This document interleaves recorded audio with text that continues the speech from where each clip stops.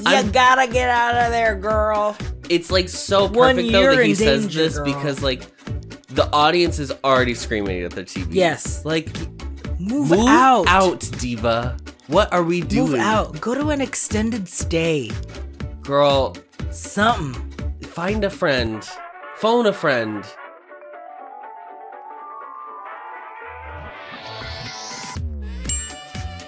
Welcome back to another episode of Boys Love. Boys Love. We are recapping episode 5 of Moonlight Chicken this week. And as always, I'm Adam. I'm RJ. Welcome back. Welcome back. We're on our very own Moonlight Chicken right now. Because it's midnight. Oh, sure. Absolutely. Sure. Now we are week 5 in the show, and we are week 5 into RJ making Hainanese chicken. Yes. Okay. Any of them? They're good. So this last one that I did. I had this one cold because I didn't eat it when you first made it. Yeah, you didn't heat it up? You didn't bother? Nah. So this one, I actually steamed it. I had a bowl inside the pot, and it was in the bowl with the aromatiques, and so it was steaming. And I felt like that was the juiciest chicken breast that I've created out of all of them. I see. I think that, to me, creates the more tender breast. Yeah.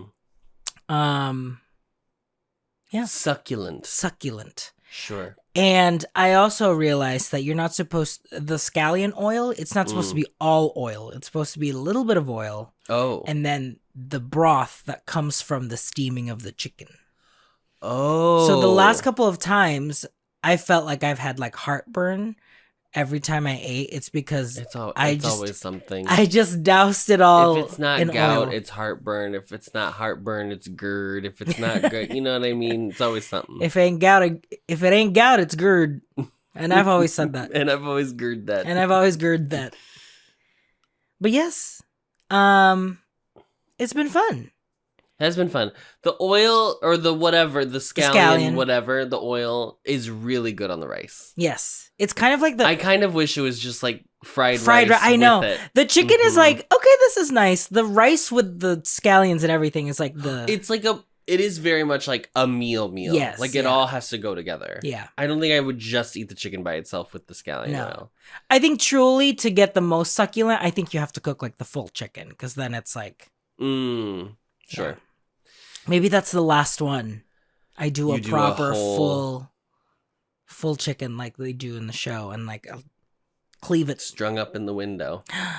We're getting word here that we need to move on. Yeah. We're getting word here that we need to move on. And our producer's telling us, oh, yep, okay. Okay, and we're live. All right. Ayan.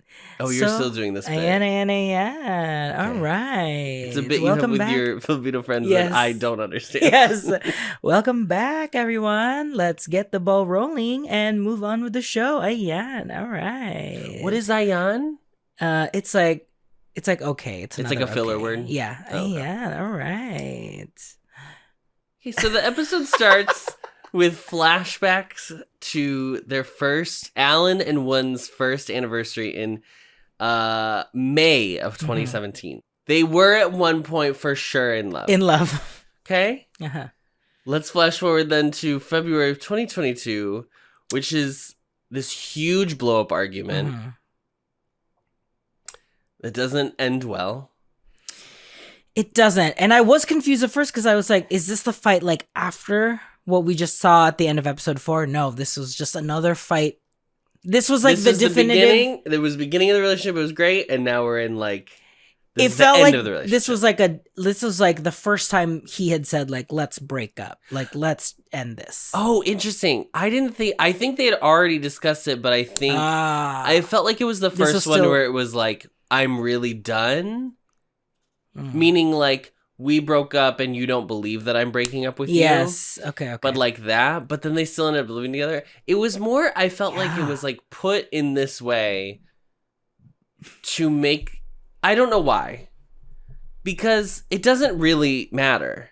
It's interesting. That's what I really like. They're not saying like there's no real reason why they broke up. Like it just shows that like. He says he just fell out of love with him. Yeah. Mm-hmm. And I mean, I already talked about it last week, but like the advice podcast we listened to of like, how do I tell my partner that should I stay with my partner because of this, and that? And it's like, it just sounds like, oh, Feels very pointed right now. sorry, not the advice. Not that I'm like. So you wait. Who Sending wrote in the these question into the advice? Not podcast? that I'm like submitting questions about the advice podcast if I Okay. should stay with my husband. Mm. No, but it is like sometimes that just happens. A relationship just ends. Totally. And I feel for Alan because he's like, what did I do wrong? Mm-hmm. And one can't give an answer because he didn't do anything wrong. Correct. He just doesn't feel the same way anymore. Mm-hmm. Tough pill to swallow. Tough titties, Alan. Oop. It was interesting because, well, two things. One, we already talked about it last week, but I love First so much that watching one be mean to First Was real tough. Was really, your tough titties. Was very hard to Yeah. watch. And also, he's so good at crying I on know. camera. He is so good at looking heartbroken. He's one of their best criers. He is for one of their best sure. criers. He's my For favorite scene in one of my. I should say one of Only Friends. one of my favorite scenes is the Ray Sand fight. Absolutely. And then he's also crying against the wall and kind of sits and falls. and in Not Me, it was when it was like the whole blow up. With everything. Yes. I loved his. I think he's him such in a the good elevator. crier. Yes, him in the hospital. Mhm. Finding out the gag. the realization. Yeah. Great crier. I was interesting because I was like, oh, this doesn't need to happen. And then I was like, because you could just totally let the audience infer whatever they wanted to infer about the relationship. But I felt like either they were like worried that the audience wouldn't be on one side if it wasn't given a proper like explanation as to what happened, even though there's not an explanation, but even this little amount is enough to be like, okay, like it's not nefarious. Yes, but what I like about these moments is that when Alan keeps pushing him to like explain,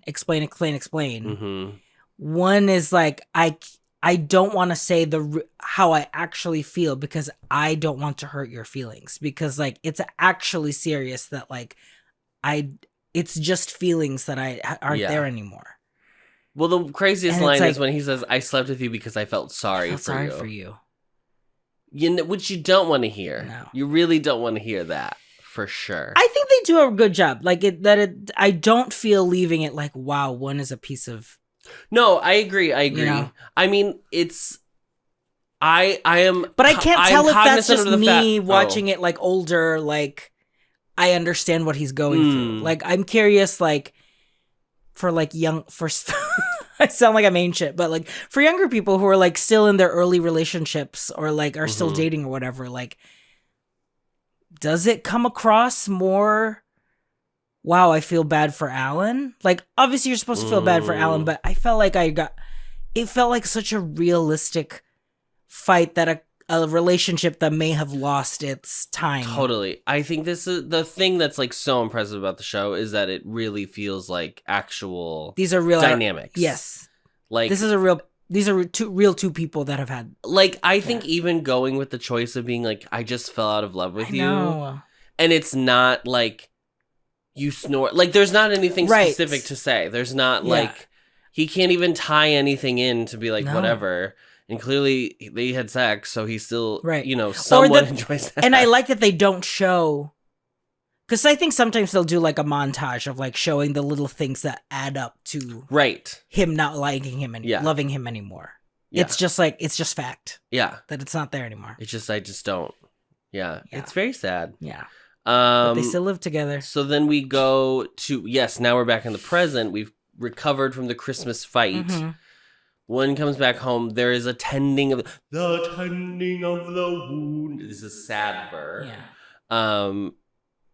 And it's really... It's sad. It's not good. Warm. And this is also, if this is Christmas, it's...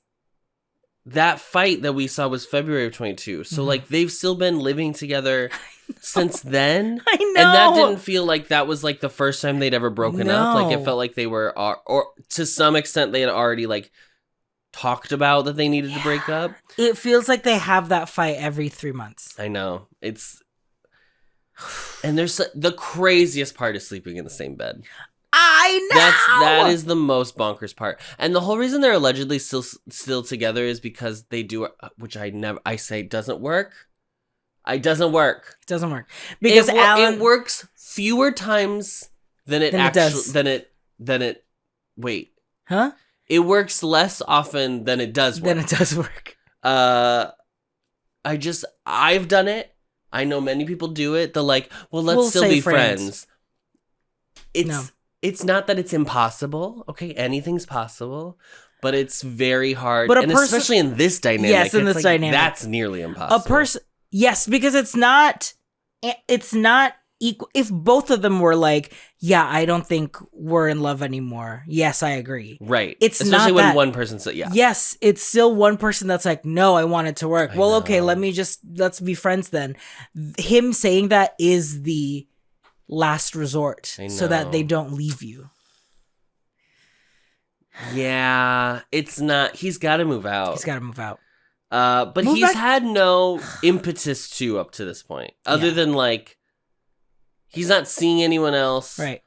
There's this moment where he says like he basically is asking for more answers because it's just this whole thing becomes so cyclical. Like you just get into this routine of you just want give me answers. Well, I don't have any. Well, I want answers. Well, we can't get close. And like there's no closure. Yeah. And he does it again, and he said, one basically says, like, when I was with you, I loved you completely. Like, to reaffirm, like, it wasn't fake what we had, right? Like, I did love you, but it just, I don't anymore. But obviously now he's like, oh, well, you were just saying this now because you like this guy. So now that's going to be the whole conflict of the episode. Oof. Next day, we find out that the landlord wants his building back, so we're still keeping on this plot line. Don't forget. It was a nice reminder because I had kind of forgotten that this was happening. So the restaurant is still potentially being sold. We need to raise money. Gaipa shows up, and he brings with him. Oof. A title. Okay, first of all, people are way too trusting. Yes, a deed. A literal physical deed to a plot of land that she owns that he can use as collateral. Yep. Now, I guess in a business loan this makes sense because you can have like partners in business, so I guess that would make sense. When I was first thinking of it, I was like, I don't think that would work. I don't know. Well, at first I thought that she was giving it to him. I know. I was like, because girl. the way he explained, the way Gabe explained it, it was like, my mom has this plot of land that feels like it's like not being used at all. It's like it's just a lot. Yeah.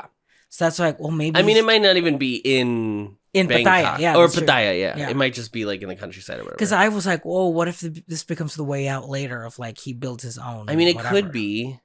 I don't know. I actually, the more we go into the show, I have no idea what the resolution of the show is. I know.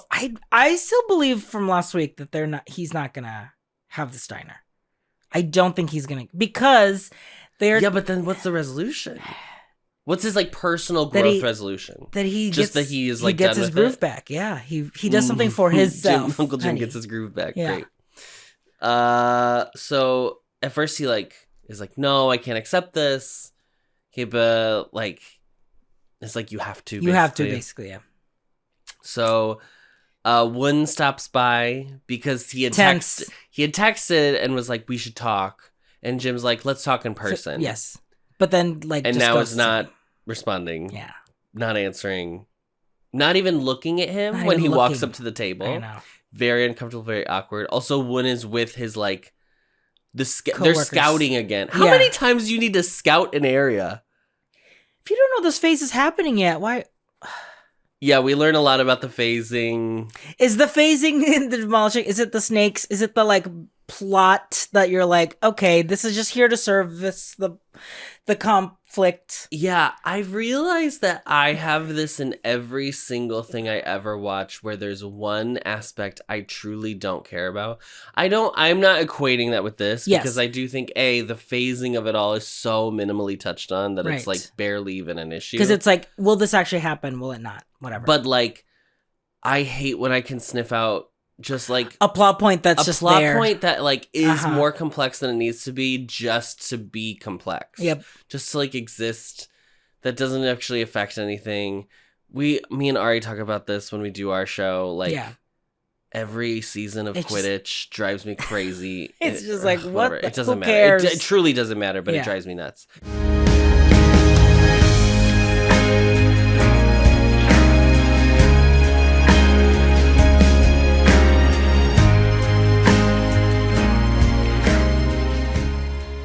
We see Jim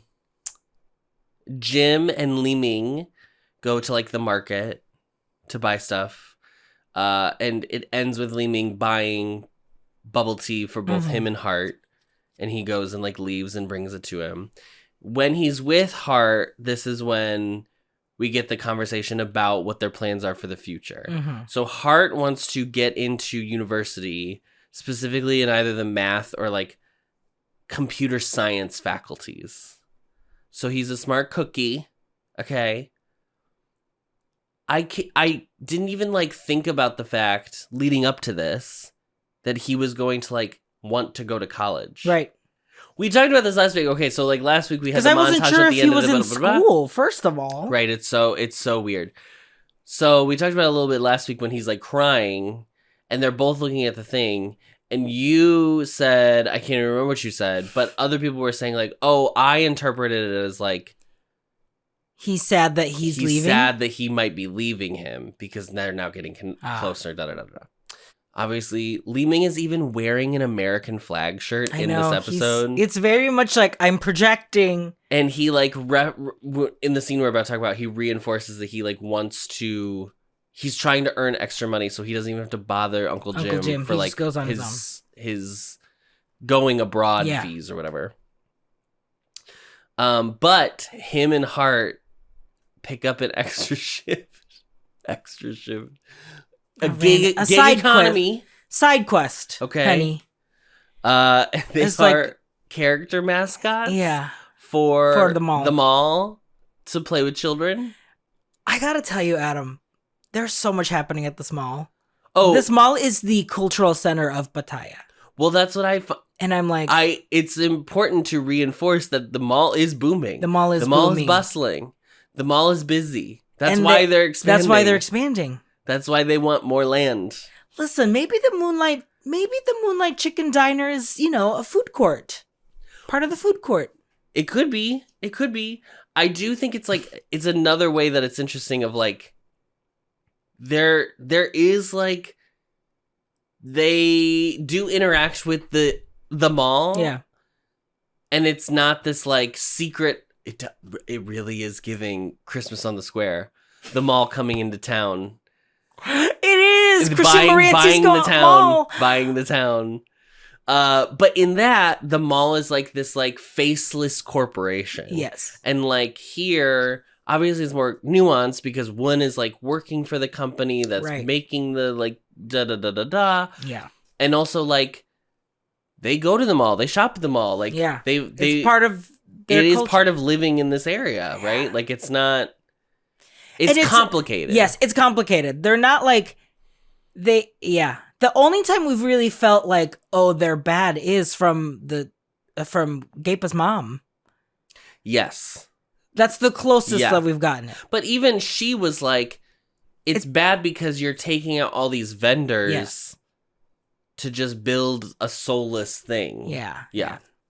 Anyway, they do their little, they're walking around Five Nights at Freddy's or whatever. Yeah. Taking pictures. Well, this isn't Five Nights at Freddy's. This is Moonlight Chicken, honey. It's Moonlight Chicken.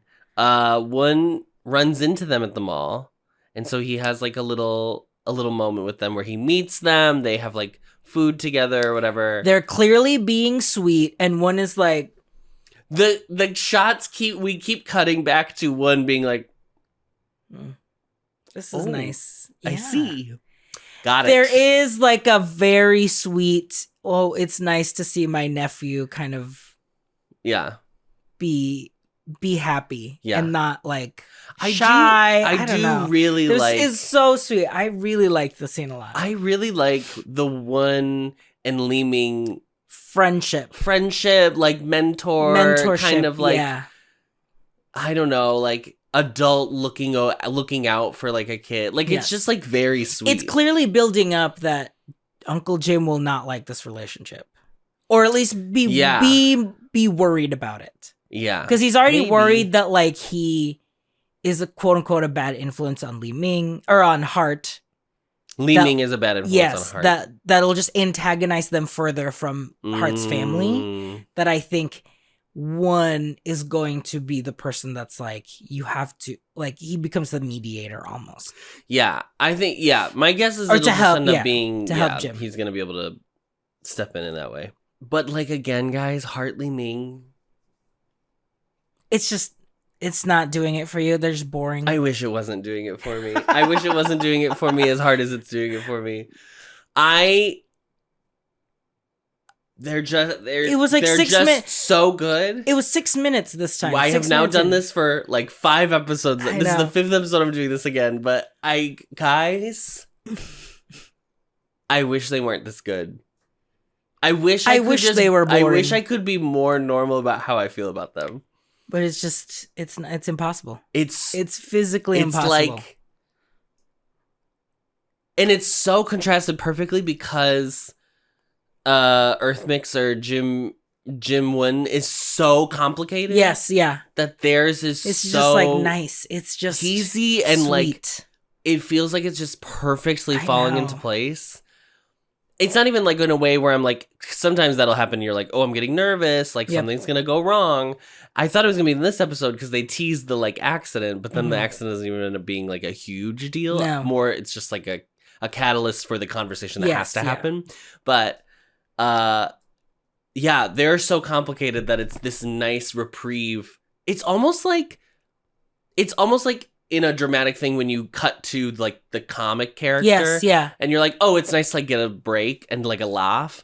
Like it's nice to get away from like kind of the adult messiness into this like very sweet young romance. First love. Yeah. Ugh, that is just like completely played perfectly. Adam not crying at a Moonlight Chicken episode failed once again. I don't think you're 6 minutes in. I know. So I did better. It was when First was crying is when I started crying. Yeah. Oof. But that, I mean, his big cow eyes. Big cow eyes. What am I supposed to do? Mm-hmm. I'm not a monster. Speaking of Alan is still reviewing Jim's application now that he has collateral. This scene is so uncomfortable. The most tense. And we asked in the episode, why doesn't he go anywhere else to get a business loan? Listen, maybe the rates are the best there. Okay? Right. That's something to think about. But I was like, LOL, it's funny because the idea that there's only one bank in town. And then later he's like, he uses it to be like, oh, so did you send him to me because you think I'll like help him just because like of you or whatever? And I was like, oh, I didn't even think of that. But I'm glad they like addressed it to be like, why him? Yeah. Why that bank? Why that bank? There's no answer, but I like that it's called out at least. Yeah. But yes, he's reviewing Jim's application. And they have this scene. Okay, this scene happens, I want to say three times in the episode. Yes, yeah. Where there's a discussion of something, and it's not and it is a metaphor for else. the relationship. Yeah. So this time he's like going to. You forgot. First of all, he tells him he doesn't even tell him to leave. He's like, yeah. Which is so insane and completely unprofessional. I know. And Jim, please have more respect for yourself because even if you are in this complicated situation, which we'll talk about the complication of it all. Yes. Even if you are in this complicated situation, you deserve to be respected more than this. In trying to get a bank loan. You want to get money from? Yes. I would call the BBB. The Better Business Bureau. The Better Business Bureau. BBB, honey. The Bangkok Better Business Bureau. Yeah. The Pattaya Better... The PBB. PBB? PBBB? PBB. PKBB? PKBB? I would also call them too and be like, how do you guys do? BKPB. PKBB. PK? Pleek. BB? The group? No, that's Beanie. BB? There is a BB, the rapper. There's a BB, the rapper, Yes. yeah. No, we know. Well, producer, artist. Oh, Hey, artist. hey, artist, got a dollar? Didn't think so. Please tell me you connected all of that. If you, too, have brain rot, you may be eligible for compensation. may be eligible for financial compensation. Uh-huh. Please consult your medical professional to see if... Well, yeah, so... Moderate to severe plaque psoriasis. Uncle Jim Alan's like, you missed one signature. He hands him his pen. He signs it. And he tells him, he nods his head to leave. And he's like, wait, you have my pen. Now, to be fair, if it's a Pilot .7... If it's a gel pen, yeah, an S-Glide, I mean, what are we doing? If it's like one of those nice, like, like Parker pens that, like, it's the...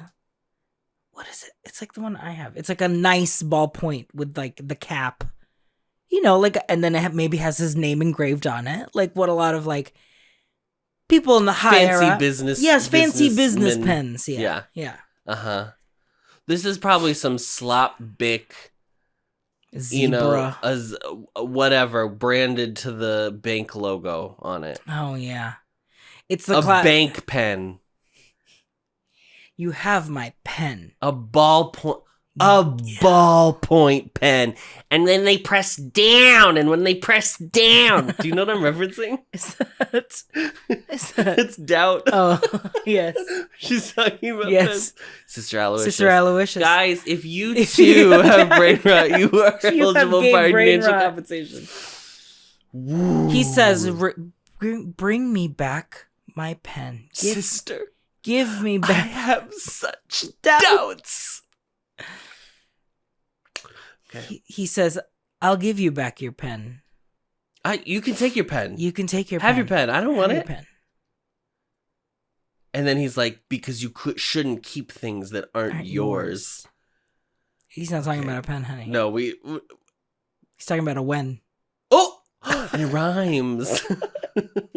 Pen, when pen? We go to an exciting business meeting at the phase planning construction office.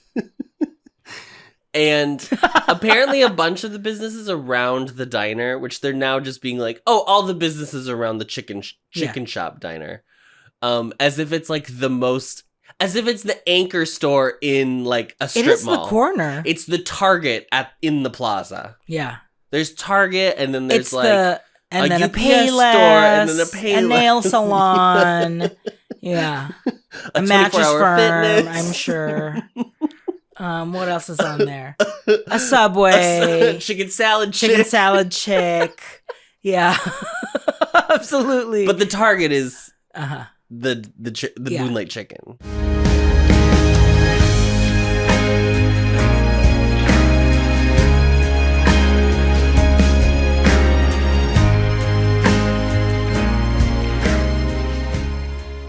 They don't really give a reason. It feels like it's maybe like they're waiting to see if Jim does it. Yeah, that would be like that makes the most sense. The implication to me. He asks like in the meeting, like, well, because he's like, anyway, keep going with the phase plans or whatever, and they're like, well, shouldn't we wait until we know for sure like what's gonna happen? And there's this like I feel like now that I've watched a few TBLs that are societal commentary, I am like hyper aware. So he says, this is Thailand, big fish eat small fish. Yeah.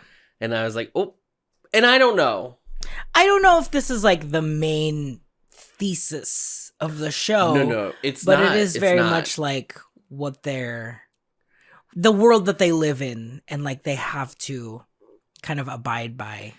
Fight against. It is very interesting to me to like discover my understanding of Thailand through BL, obviously, because it's a very very specific view. Mhm. I am not saying that this is the average Thai experience. Like, right? Like, I'm learning some cultural stuff, but like, I think it's more interesting because that is to have appeared in as many BLs as I've seen it in. Like, it's very interesting. Like, it must be apparent. It must be apparent and a very common feeling and or belief. I mean, I even feel like in Gel Boys does a good job of showing it, of like the crazy appeal of like the Western just commercialization of everything that I think like ultra capitalization. Yeah. Mm-hmm. That I think that probably kind of pervades in this way too, of like, yeah, wouldn't you want a mall with a Shake Shack in it? Wouldn't that be great? Wouldn't you prefer that over food that you would cook at home anyway? Yeah. You know? It's just it's very interesting. I mean, I think this isn't unique to Thailand. This culture or this criticism, obviously. Yeah, this happens a lot.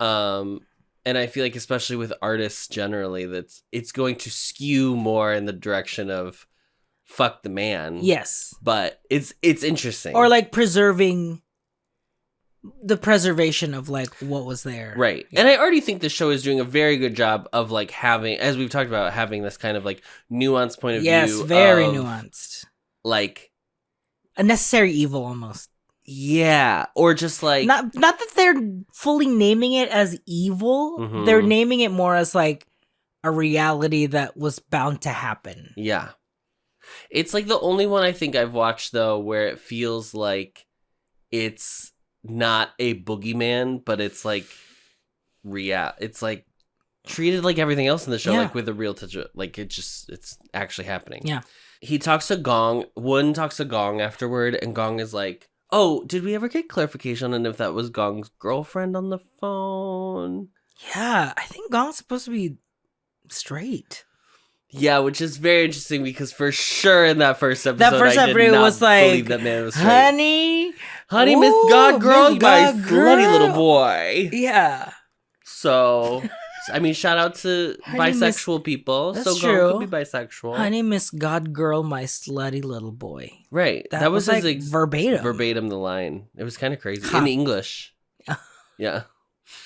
But yes, Gong... my note that I wrote down.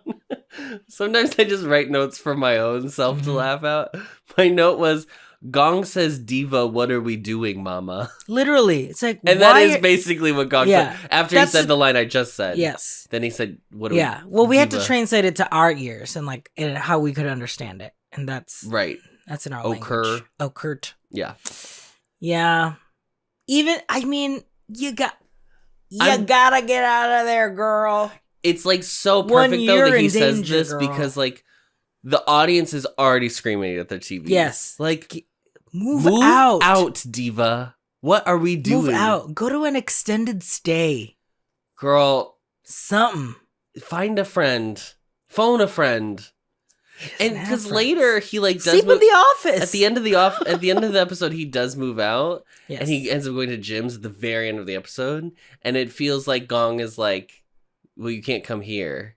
That's why they're on the phone or whatever. Yeah. But I'm like, I bet you 10 months ago Gong would have let you stay there for a hot minute till you got on your feet. Yeah. But Gong is out of to give. Yeah.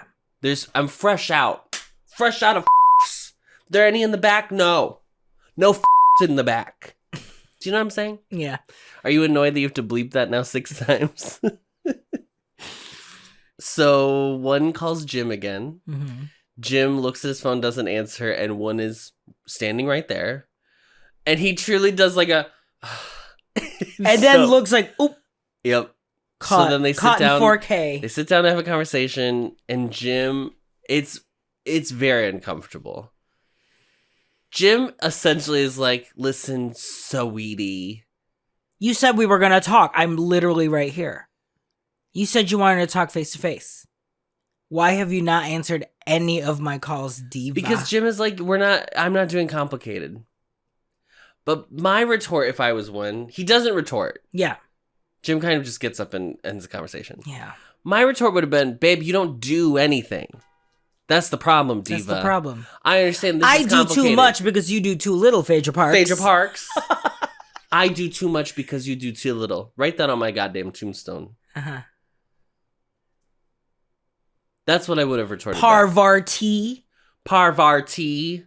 That's what I would have replied to him, truthfully. Yeah. Because you can't be all up here high and mighty when you don't have anyone you even go home. Like you... Hello? My life is very complicated. I understand. I'm fully acknowledging that Your fact. life is this diner, and you're about to lose it, you're Mama. about to lose it. So then what are you going to have? You're about to lose your diner, and you're about to lose your goddamn nephew. So then what? And I know you're about to lose your nephew. Sit at home with your thumb up your butt? I know you're about to lose your nephew because you're he invited top. You me. won't even do that. Oh. So then... It's just right there, not being used, put to waste. Yeah, I don't do complicated. Although, if I was Jim and I'm as the youths like to say, pushing 40,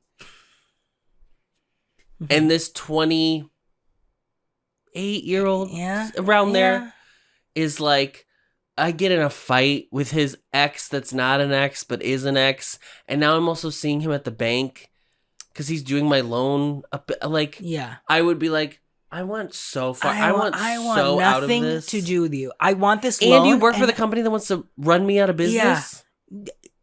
Yeah. Pardon me if I don't want to text you back. Yeah. Okay. So sorry. So sorry if I think this seems to be a little much for me. So I'm on both of their sides. Yeah. And I'm on neither of their sides. Because I'm on Hartley Ming's side.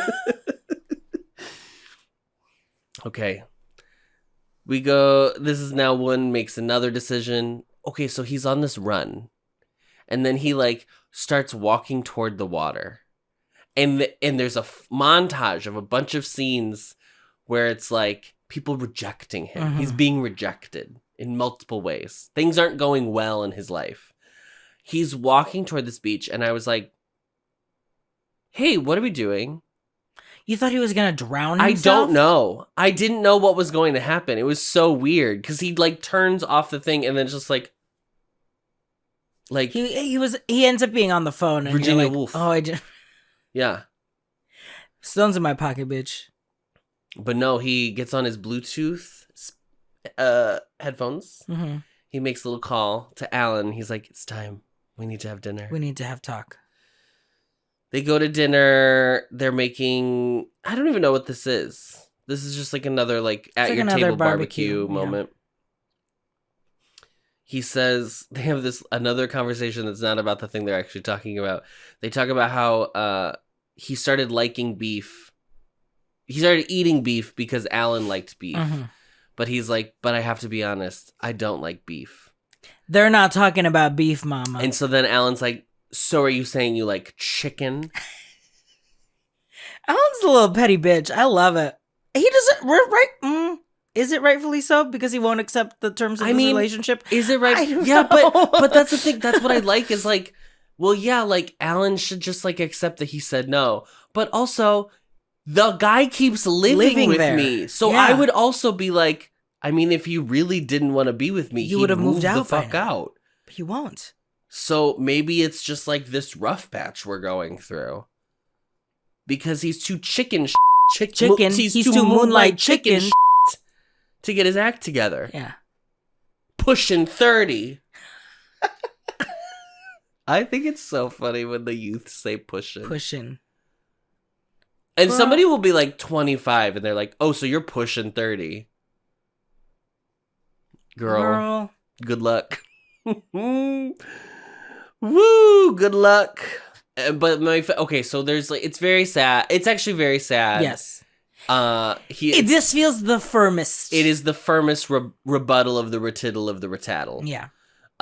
And he hands a ring back, and which I'm like, we hadn't even done that yet. You still had. Sorry, you were still wearing the ring. Of course, he still thought you were gonna get together. You were still wearing your couple ring, babe. Yeah. Huh? That's the part with one that I really, truly don't understand, because that's the part I need. I need just a little bit more of a concrete reason why you were staying there. I think it's other than just I felt sorry for him. I think it is that he felt sorry for him. I think that is. There is no explanation as to financial. I would assume that's implicit. That it would be harder to find whatever. Because I would also even buy just like one just doesn't like change in that way, that like he's very complicit and so he just lets things happen. And so maybe this one night stand or whatever, this was his first time doing it. It was his first time he felt like compelled to be like, wow, I need to like be active and do something. We didn't even talk about the fact that he was at, was this last week? That he only was at the restaurant because he had gotten the promotion, and that's why he got drunk that night. That's right. Mm-hmm. Interesting.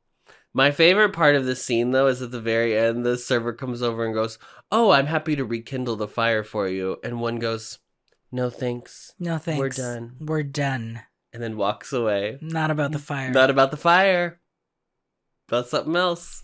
The fire of their hearts, guys. Guys. And speaking of heart, Li Ming has borrowed Lang's bike. Mm-hmm. Thank God Mark got a check this episode. I was very worried for a minute. We were coming into a close, and I was like, I haven't seen my husband yet. I know. He borrows Lang's bike. There's a whole conversation around paying for like gas or whatever. Da da da da. And then I'm only including this because the bit we had about it was so funny. Where Lang is like, we're not doing an ultrasound. We've decided we're not going to do an ultrasound. And because then we don't care about the... And at first I was like, oh, is it like a financial... Is it like... Yes. It's expensive? He's like, no, we don't care about the sex of the baby. Well, he says like, it doesn't matter what gender it is. And I'm like, well, sure. Well, sure. We all agree that. Correct. But like, there's other things. It is also important to know... Is the baby okay? Are there 10 fingers, 10 toes? Is there an attached head? Or is it the girl with the scarf around her neck, right? We need to know some of those things that I think would be apparent. Did the baby eat their twin in right. How many babies babies are there? Those are some good answers. We'd love to get some good questions we'd like to get answers to. It's a little bit like, okay, but babe, I know you're woke, but like let's be practical. Let's be practical. We got to make sure this baby breathes. It's a very funny, sweet scene. Yeah. And I think it's like perfect for Lang's character. Yes, because Lang is more like, he uses it at a way to be like, so I'm cool if, the guys are down. Yeah. So how about you? You want to get down with one of the two men that keep revolving around your life, maybe? It's very... He's still trying to like... He's a very simple character, but in a way that's like positively endearing. Yes, like, yeah. There's Who is that? Johnny Appleseed? What is that? I mean, it's very like Lenny to some degree. Yeah. Just sweet and simple. Yeah.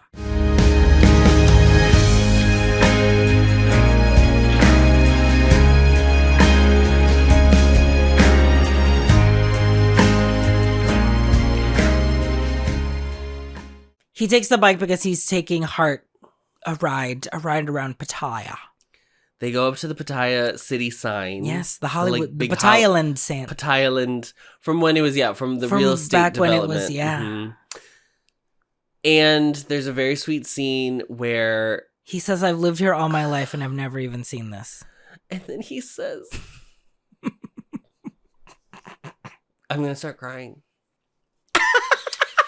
He says, when I'm with you, I feel like a normal person.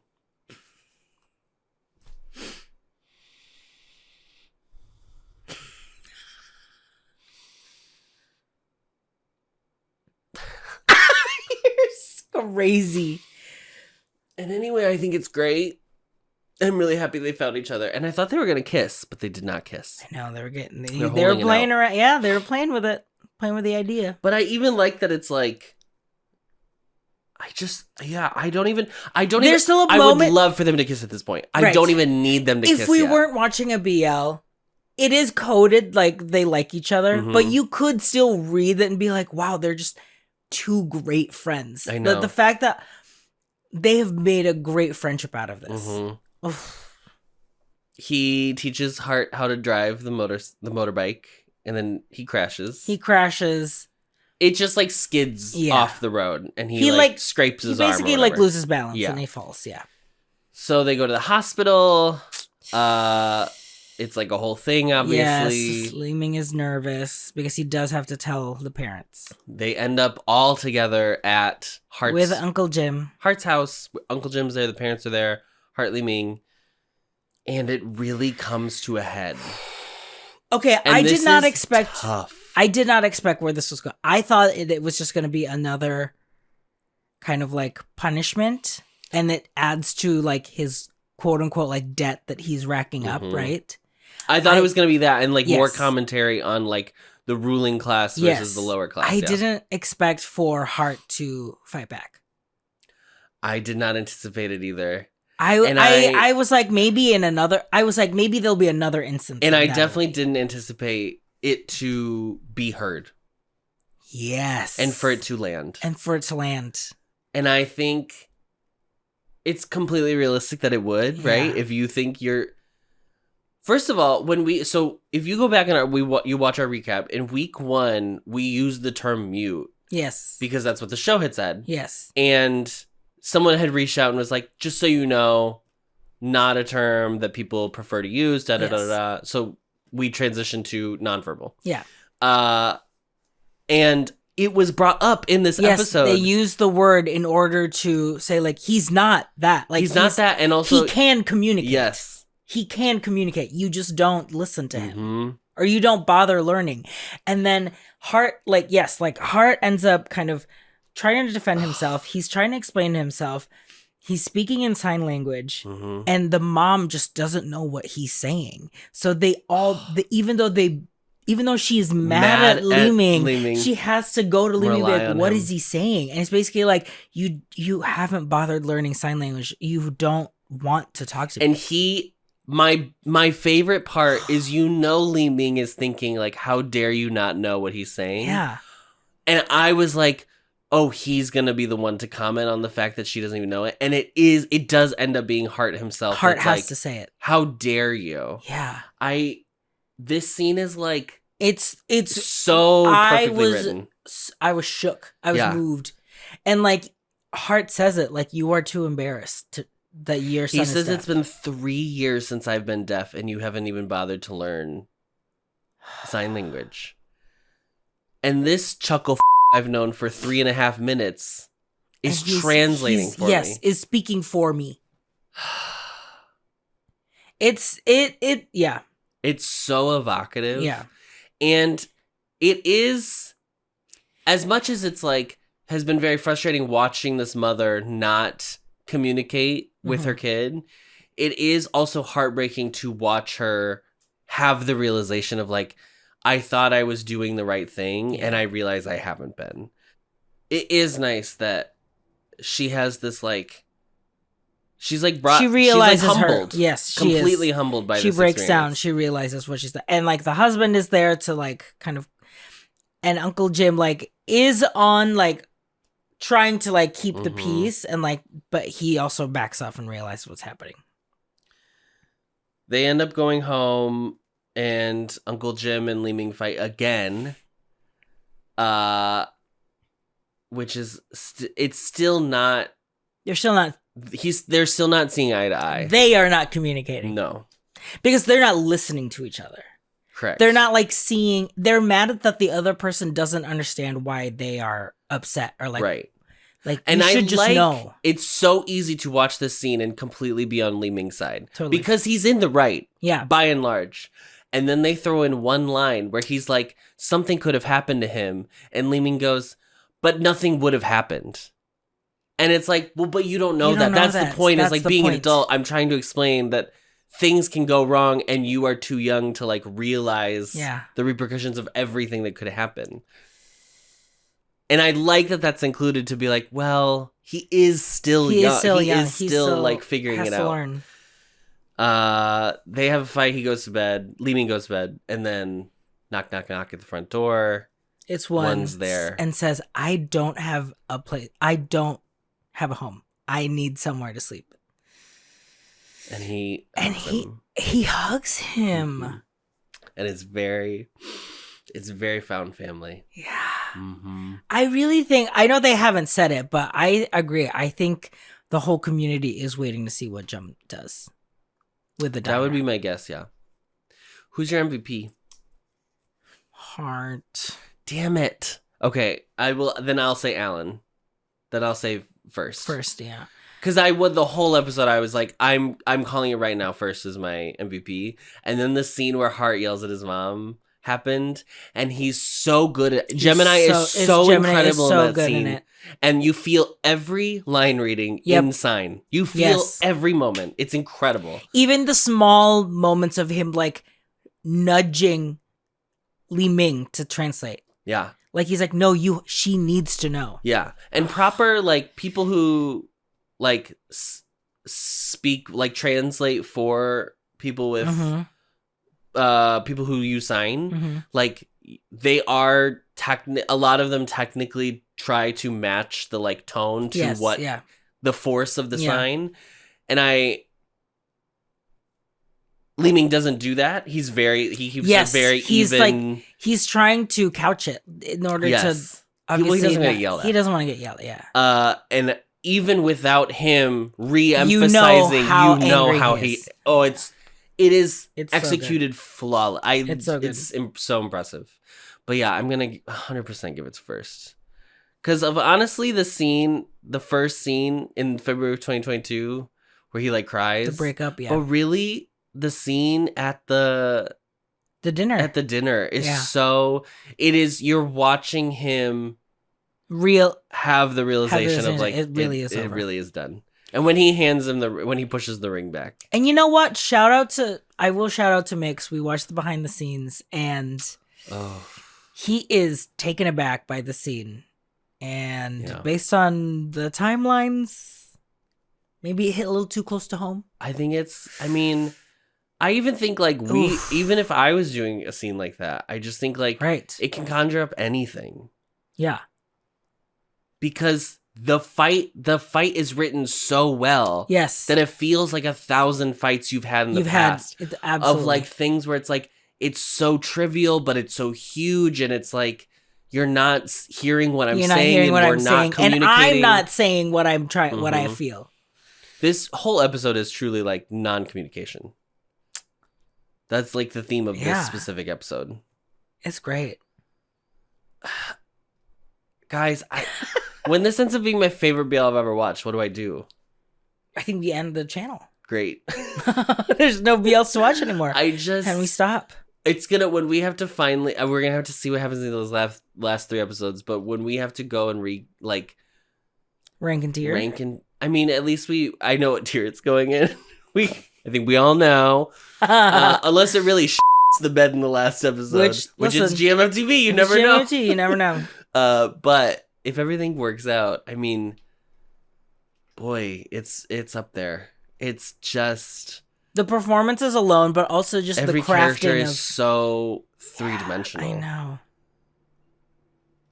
Even Lang, even how simple he is, like it's all because there's still things that he's dealing with. And I even think like as frustrating as Jim is in situations with Li Ming, he is such a character trying to do his best to all the people in his life. Like he really wants to do, and genuinely.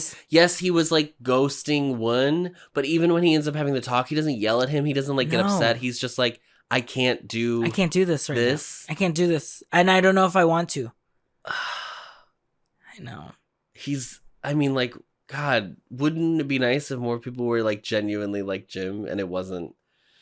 I know. It would be nice for a lot of people to be like these people. I know. These characters. Even the ones who are like the antagonists of the story still get to learn a lesson, still get to and they're still fully realized people. Like the mother fully is afraid. Like she's scared. I know. She doesn't she is ashamed. But doesn't want to admit that it's because genuinely like only the boss at the who is Marina LLC. You just read the lines, yeah. He's like the only one that's like not a real person. Yeah. Yeah. It's great. Ugh, Well, we've got 3 more episodes. 3 whole episodes. So you can join us at patreon.com/boyslove, the BL tier or the combo tier, or you can buy the collection to watch the rest of Moonlight Chicken. Rough. Other BLs also include Revenge Love. Mm-hmm. Finally halfway.